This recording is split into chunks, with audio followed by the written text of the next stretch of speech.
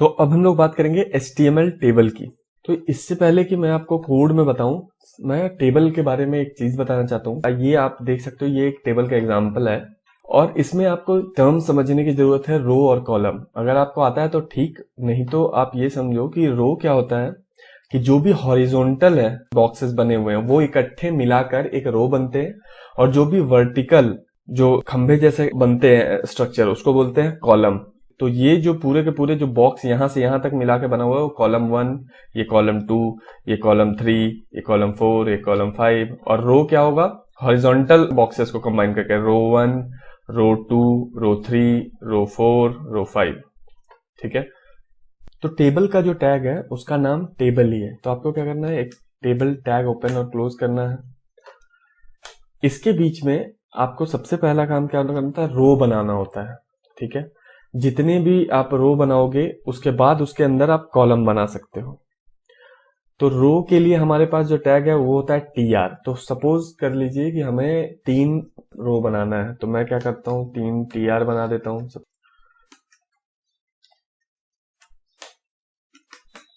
ठीक है, अब हमारे पास 3 रो बन चुके हैं। अब मैं इसके अंदर क्या करूंगा कि कॉलम बनाऊंगा। कॉलम बनाने के लिए हमारे पास जो है टैग उसका नाम है TD। ठीक है, तो TD मैंने लिखा, ओपन और क्लोज कर दिया। अब इसके अंदर हम लोग लिख सकते हैं कुछ भी, डेटा 1। सेम उसी तरीके से मान लीजिए हमारे पास, मैं चाहता हूं कि हर एक रो में 2 कॉलम हो या 3 कॉलम हो, मैं हर एक रो में 3 कॉलम बनाता हूं। ठीक है, और इसका नाम कर देता हूं डेटा 2। सेम उसी तरीके से मैं कर देता हूं डेटा 3। अब जो नीचे 2 रो है उनमें भी 3-3 हमें बनाना पड़ेगा। तो मैं क्या करता हूँ, इसमें भी इसी को कॉपी पेस्ट कर देता हूँ। इसको 3 की जगह पे कर देता हूँ 4, और यहाँ पे 5, यहाँ पे 6। सेम काम इस रो के साथ भी करते हैं, इसमें भी 3 डेटा डाल देते हैं, 3 कॉलम, और यहाँ पे कर देते हैं 7, यहाँ 8, यहाँ 9। और अब इसको सेव करके हम लोग देखते हैं ब्राउजर पे कि क्या होता है। तो अब देखो हमारे पास आ गया एक टेबल जैसा structure, data 1, data 2, data 3, data 4, data 5, data 6। अब ये अच्छा इसलिए नहीं लग रहा क्योंकि इसमें बॉर्डर नहीं है। तो सबसे पहला काम हम लोग क्या करते हैं, एक एट्रीब्यूट लगाते हैं, बॉर्डर। तो यहां पे आपको टेबल पे एक एट्रीब्यूट मिलता है बॉर्डर। तो इसमें आप पिक्सल में डिफाइन कर सकते हो कि कितना मोटा बॉर्डर होना चाहिए। तो फिलहाल मैं 1 पिक्सल ही रखता हूं। अब मैं इसे रिफ्रेश करता हूं तो अब आप देखो ये टेबल बन गया होगा। अब यहां से आप मैच करने के ट्राई करो जो मैं आपको बता रहा हूं। ठीक है, तो इसमें मैं इसको पहले छोटा करता हूं। अब यहां से ही साथ साथ आप देखते जाओ। पहला रो है उसमें डेटा 1, डेटा 2, डेटा 3 है। अब ये देखो, पहला रो डेटा 1, डेटा 2, डेटा 3। दूसरा रो जो है हमारे पास है वो है डेटा 4, डेटा 5, डेटा 6। तो ये हो गया हमारा रो। फिर तीसरा रो, अब डेटा 7, डेटा 8। तो इस तरीके से हमारे पास बन गया एक टेबल। अब क्या होता है कि हो सकता है हमें टेबल का हेडिंग देना हो।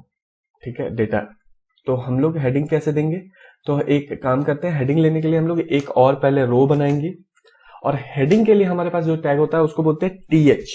ठीक है, टेबल हेडिंग। तो अब 3 हमारे पास कॉलम है तो हमें 3 हेडिंग भी देना पड़ेगा।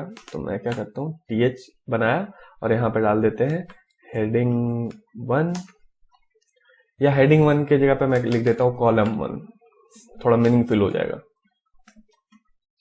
कॉलम 1। अब 3 कॉलम है तो मुझे इसको कॉपी करके 2 बार और पेस्ट करना पड़ेगा। इसका नाम कर देता हूं कॉलम 2, इसका नाम कर देता हूं कॉलम 3। अब अगर आप यहां पे जाके देखोगे तो देखोगे ये बोल्ड में आ रहा है क्योंकि ये हमारा हेडिंग है, कॉलम 1, कॉलम 2, कॉलम 3। ठीक है, आप ये देख सकते हो। तो ये हमारे पास टेबल बन के आ गया। अब जरूरी नहीं है कि आप ऊपर ही हेडिंग लो, हो सकता है आप रो में हेडिंग लेना चाहते हो। अभी क्या है, ये कॉलम वाला हेडिंग है कि यहाँ पे डेटा इस कॉलम से रिलेटेड है, यहाँ पे डेटा इस कॉलम से रिलेटेड है। हो सकता है आप रो में लेना चाहते हो हेडिंग। तो हमें क्या करना पड़ेगा, यहां से 2 TD उठाकर कॉपी करके मैं क्या करता हूं, यहां पे पेस्ट कर देता हूं, और हर एक TH को हर रो में डाल देते हैं एक एक। ठीक है, तो यहां पे मैं कॉपी पेस्ट कर देता हूं, इसको भी कट करके मैं यही काम करूंगा। मतलब अब हमें हर एक रो में एक TH रखना होगा, सेम यहाँ पे। लेकिन अब इसका नाम हम लोग कॉलम करके हटा के रो कर देते हैं ताकि मीनिंगफुल हो और समझ में आए आपको। रो 1, इसका नाम होगा रो 2, इसका नाम होगा रो 3 और ये हो जाएगा हमारा रो 4।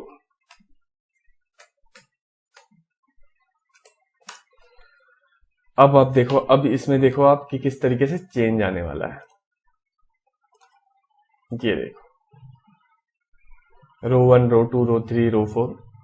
अब देखने वाली बात यह है कि यहाँ पे एक डेटा गायब हो गया, इसका मतलब हमने ऊपर में कम डेटा दिया है। बाकी जगह पे 4 था हमारे पास, टीएच और टीडी मिला के, यहाँ पे सिर्फ 3 है, तो हमें एक और देना पड़ेगा। यहाँ पे हम लोग 4 कर लो, जो भी है कब कर सकते हो वो आपकी अपनी मर्जी। अब यहाँ पे रिफ्रेश करेंगे तो हम पास डेटा आ गया। तो हमें कोशिश ये करनी है कि हम अनइवन ना रखें। अगर आप चाहते हो कि अनइवन करना है तो उसके लिए दूसरे प्रॉपर्टी है, वो मैं आगे आपको बताऊंगा, बट आपको कोशिश करनी है कि सारा का सारा सेम रहे, हर रो या हर कॉलम बराबर ही रहे। अब जो एक इंपॉर्टेंट बात समझने वाली बात है कि जरूरी नहीं है कि यहाँ पे हम लोग सिर्फ टेक्स्ट ले सकते हैं। हो सकता है यहाँ पे हम लोग इमेज टैग भी ले सकते हैं। इमेज लिया और हम लोग यहाँ पे दे सकते हैं इमेजेस, image.png, जो मैं आपको पहले दिखा चुका हूं। और यहाँ पे क्या करते हैं हम लोग, इमेज के जगह पे, यहाँ पे डेटा के जगह पे एक एंकर टैग ले लेते हैं google.com का, https www.google.com, यहाँ पे डाल देते हैं गूगल। ठीक है, तो कुछ भी आप HTML यूज कर सकते हो इस TD के अंदर। अगर आपको ये देखने में अच्छा नहीं लग रहा तो आप इसको इंडेंट भी कर सकते हो अपने हिसाब से। ये देखो मैंने कर दिया। अब जब मैं इसको रिफ्रेश करूंगा तो देखो क्या होगा, एक रो बना, उसके अंदर दूसरे वाले में एक इमेज आ गया, तीसरे वाले में एक लिंक आ गया और चौथे वाले में डेटा आ गया। तो आप देख सकते हो किस तरीके से ये चेंज हुआ। तो आप जरूरी नहीं है कि सिर्फ टेक्स्ट यूज करना है, आप कुछ भी HTML एलिमेंट यूज कर सकते हो टेबल के अंदर। अब जो बात आता है, जो मैंने आपको बताया था कि कंबाइन करना है तो क्या करेंगे। हो सकता है मैं चाहता हूं कि यहाँ पे डेटा 2 डेटा 3 रहे, मतलब इस रो में 4 कॉलम रहे बट इसमें 3 हो जाए, ये दोनों को कंबाइन कर दें। तो वो किस तरीके से करेंगे हम लोग। अब हमें अगर हमें रो कंबाइन करनी है तो हम लोगों के पास आता है रो स्पैन, और कॉलम कंबाइन करना है तो हमारे पास क्या आता है, कॉल स्पैन। तो अभी हमें क्या करना है, कॉलम कंबाइन करना है, मतलब गूगल और डेटा 4 को एक कर देना है। तो हमें क्या करना होगा, इसके लिए हम जाके गूगल वाले में लिख देंगे, गूगल वाला जो TD है उसमें हम लोग यूज करेंगे कॉल स्पैन। Call span. अब 2 को मिक्स कर रहे हैं तो हम लोग क्या कर देंगे, 2 लिख देंगे। अगर यहाँ पे 3 कॉलम को मिक्स कर रहे होते तो 3 लिखते हैं, और जब 2 को मिक्स करके एक बना ही दिया है तो इसकी तो अब जरूरत है नहीं, तो इसको हटा देते हैं। अब अगर आप यहाँ पे जाके रिफ्रेश करोगे तो आप देखोगे कि ये दोनों को कंबाइन करके गूगल बन गया हमारे पास। देख रहे हो, नीचे 2 डेटा है लेकिन ऊपर 1। अब इसी तरीके से मैं हो सकता है रो 2 और रो 3 को कंबाइन करना चाहूं, तो रो कंबाइन करने के लिए मैंने आपको बताया क्या हमें देना है, रो स्पैन। तो अब रो 2 पे जाएंगे और यहां पे हम लोग डिफाइन करेंगे एक एट्रीब्यूट रो स्पैन। अब 2 को कंबाइन करना था, यहां पे मैं क्या करता हूं, 3 कंबाइन करता हूं ताकि आप लोगों को समझ में आए कि मल्टीपल। अभी मैंने 2 बताया कॉल स्पैन में, यहाँ पे 3 बता देता हूं। तो यहाँ पे 3 मैंने कर दिया। तो अब मुझे क्या करना पड़ेगा कि इसी के जस्ट नीचे वाला जो TD या TH होगा उसको हटा देना पड़ेगा, तभी तो वो कंबाइन करके दिखा रहा है। अगर आप रखोगे तो वो गड़बड़ हो जाएगा। तो एक काम करता हूं, पहले मैं रख के ही दिखाता हूं आपको। चलो आप रख लिया और इसको रिफ्रेश करते हैं। अब देखो ये क्या हो गया, रो 3 रो 4 इधर आ गया, ये स्ट्रक्चर गड़बड़ हो गया। तो हम लोग क्या करेंगे, यहां से नीचे से ये हटा देंगे रो 3 और रो 4, क्योंकि हम लोग 3 रो को कंबाइन कर रहे हैं। तो एक तो ये खुद हो गया और 2 रो ये हो गया। तो हमें अब यहाँ पे आप देखोगे अच्छे से मिल जाएगा। देखो यहाँ पे कॉलम हो गया था, यहाँ पे रो कंबाइन हो गया। 3 हमने 3 दिया था तो 3 कंबाइन करके 1 बन गया, यहाँ पे 2 दिया था तो 2 कंबाइन करके 1 बन गया। तो यही होता है कॉल स्पैन और रो स्पैन। ये आपको बहुत ज्यादा यूज आएगा, बहुत ज्यादा। तो इसको समझने के लिए आप प्रैक्टिस कर सकते हो, ये इतना हार्ड भी नहीं है। अब एक चीज होता है इसमें टेबल में कैप्शन करके। तो कैप्शन का मतलब क्या होता है कि टेबल का नाम को हम लोग कैप्शन में देते हैं। तो आप यहाँ पे कैप्शन टैग यूज कर सकते हो। तो यहाँ पे मान लो मैं यूज कर सकता हूँ टेबल एग्जाम्पल। तो ये क्या हो जाएगा कि टेबल के साथ जाके कंबाइन हो जाएगा। देखो ये कंबाइन हो गया। तो ये मतलब एक तरह से टेबल का हेडिंग होता है कि ये टेबल का नाम होता है। तो टेबल का नाम को आप कैप्शन में देते हो, जरूरी नहीं है कि आप कैप्शन में दो, आप टेबल के बाहर p tag h1 tag use करके दे सकते हो, बट कैप्शन करोगे तो क्या होगा, कनेक्ट हो जाएगा उस टेबल से। मतलब सर्च इंजन और ब्राउजर को समझ में आता है कि टेबल का मेन हेडिंग या कैप्शन यही है। अब जो मैं आपको बताने जा रहा हूं वो चेंजेस कुछ नहीं करेगा यूआई में, यूआई बिल्कुल सेम रहेगा, बट आपके लिए बेटर होता है ये काम करना। वो है क्या, आप टेबल को 3 पार्ट में डिवाइड करते हो, टेबल का हेडिंग, टेबल का बॉडी और टेबल का फुटर। तो वो एग्जांपल बताने के लिए हम लोगों को फिर से बैक वही जाना पड़ेगा जहां पे हमने कॉलम का दिया था एग्जांपल, जहां पे हेडिंग हमने कॉलम में लिया था। तो मैं फिर से उसी पॉइंट पे आ गया हूं जहां पे हमने कॉलम में हेडिंग लिया था। अब मैं इसको आपको रिफ्रेश करके दिखा देता हूं। अब देखो अब ये ऐसा हो गया। तो ये जो अब मैं आपको बताने वाला हूं, table heading, table body, table footer, वो कोई भी ज्यादा डिफरेंस क्रिएट नहीं करेगा यूआई में, बट वो आपके लिए बहुत बेटर होता है कि वो आप एक तरह से कंबाइन करके रख सकते हो उनको, स्टाइलिंग के लिए भी बहुत बेटर होता है। तो यहाँ पे मैं क्या करना है कि यहाँ पे जो हेडिंग था उसको मैं टेबल का हेडिंग मान लेता हूँ, ठीक है। तो यहाँ पे टेबल हेडिंग के लिए हमारे पास जो टैग होता है उसका नाम होता है टी हेड। टी हेड, मैंने टी हेड ऑन किया और टी हेड क्लोज कहाँ करना है, जहां पे ये टी आर क्लोज हो रहा है। तो इसको पहले इंडेंट कर देते हैं और यहाँ पे हम लोग टी हेड क्लोज कर देते हैं। तो अब अगर आप यहाँ पे आकर रिफ्रेश करके देखोगे तो कोई फर्क नहीं पड़ा, बट यहाँ पे अगर आप देखोगे तो आपको क्लियरली पता चल रहा है, अच्छा ये हेडिंग वाला जो रो है वो ये है।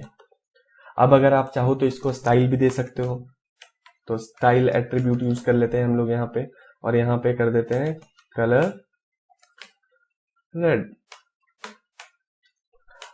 अभी क्या है, अगर आपको ये समझ में नहीं आ रहा हो कि ये क्यों कर रहे हैं, तो ये CSS है। मैं जब CSS में आऊंगा ये आपको क्लियर हो जाएगा उस समय। फिलहाल के लिए मैं आपको दिखाना है, बस ये चाह रहा था कि टी हेड क्यों ये अलग यूज करते हैं, ताकि आप स्टाइल कंबाइन कर सको इन पूरे के पूरे रो को। अब मैं अगर रिफ्रेश करूंगा तो अब देखोगे कॉलम का नाम क्या हो गया, रेड कलर में हो गया। उसी तरीके से आप बॉडी कर सकते हो यहाँ पे। तो टी हेड हो गया, अब जो पूरा का पूरा डेटा है वो बाकी बॉडी में आ जाएगा। तो बॉडी के लिए हमारे पास जो टैग है उसके वो है टी बॉडी। अब टी बॉडी को हम लोग एंड कर देंगे जहां पे हमारा पूरा का पूरा रो खत्म हो रहा है बाकी डेटा का। अब यहाँ पे सेव कर दिया। अब इसी तरीके से अगर मैं यहाँ पे भी चाहूँ स्टाइल करना अलग टी बॉडी को, तो मैं इसको भी स्टाइल कर सकता हूँ। इसमें हम लोग कलर क्या करें, ग्रीन दे देते हैं। अब देखो बाकी का बाकी हमारे पास डिफ्रेंशिएट करने के लिए हो गया। और उससे भी स्टाइल से ज्यादा इंपॉर्टेंट ये होता है कि आपको देखने में यहाँ पे जब आप कोड कर रहे होगा, बहुत बड़ा डेटा होगा, तो आपको पता चल जाएगा कि कौन सा रो सिर्फ उसका नाम है और कौन सा डेटा है।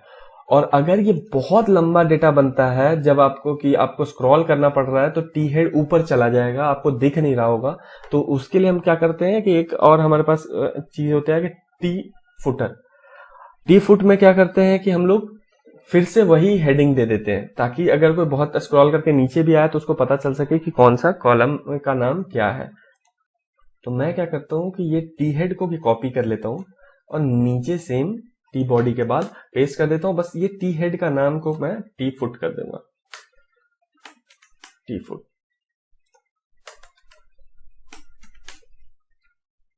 अब जब मैं यहाँ आके रिफ्रेश करूंगा, आप देखोगे कॉलम 1, कॉलम 2, कॉलम 3।